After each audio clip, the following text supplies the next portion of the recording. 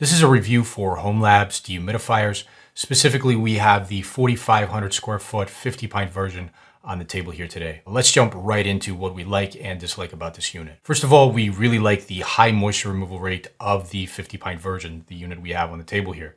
That high moisture removal rate is going to allow the unit to be used in very severe humidity conditions. It's going to allow the unit to be used in very large spaces, and it's also going to allow the unit to dehumidify faster in smaller spaces than lower capacity units. So overall, the high moisture removal rate for this unit is something that we really like about it.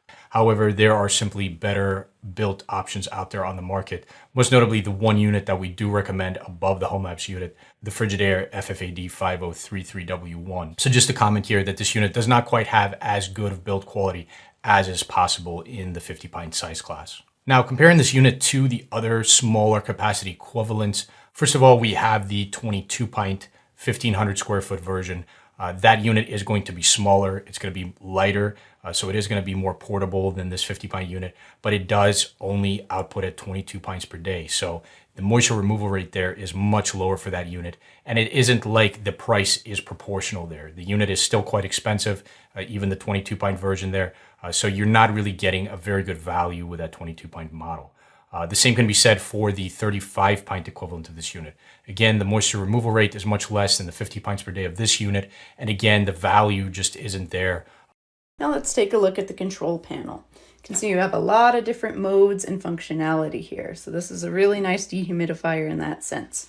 When you first turn it on, it is going to default to turbo. To turn it off of continuous mode, just hit that button.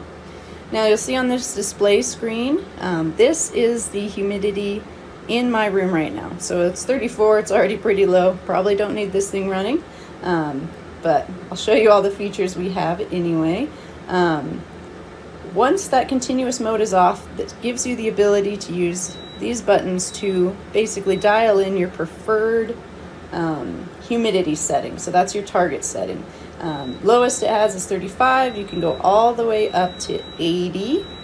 And basically, once you put in that target setting, this thing will run until it hits that setting, and then it'll turn itself off.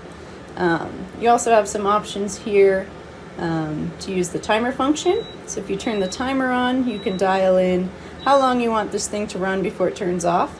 It goes in half-hour increments all the way up to 10 hours, and then it'll turn to 1 hour increments all the way up to 24 hours.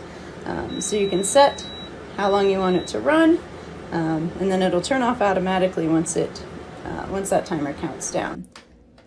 So that's a nice thing if you don't want to think about it, you just want to get comfortable. Turn that on, and the dehumidifier will automatically turn on and off to keep you at that optimal humidity level based on the temperature of the room itself. Now, this last button here, this pump button, this one's really important. With that pump installed, you do have to turn the pump on in order for it to be active. So if that pump is not turned on, the machine will turn off as soon as the water reservoir fills all the way up. With the pump on, once that reservoir fills up, the pump's going to automatically start pumping the water out of the dehumidifier and keep it running continuously if you're in continuous mode, or just as long as those other settings allow for.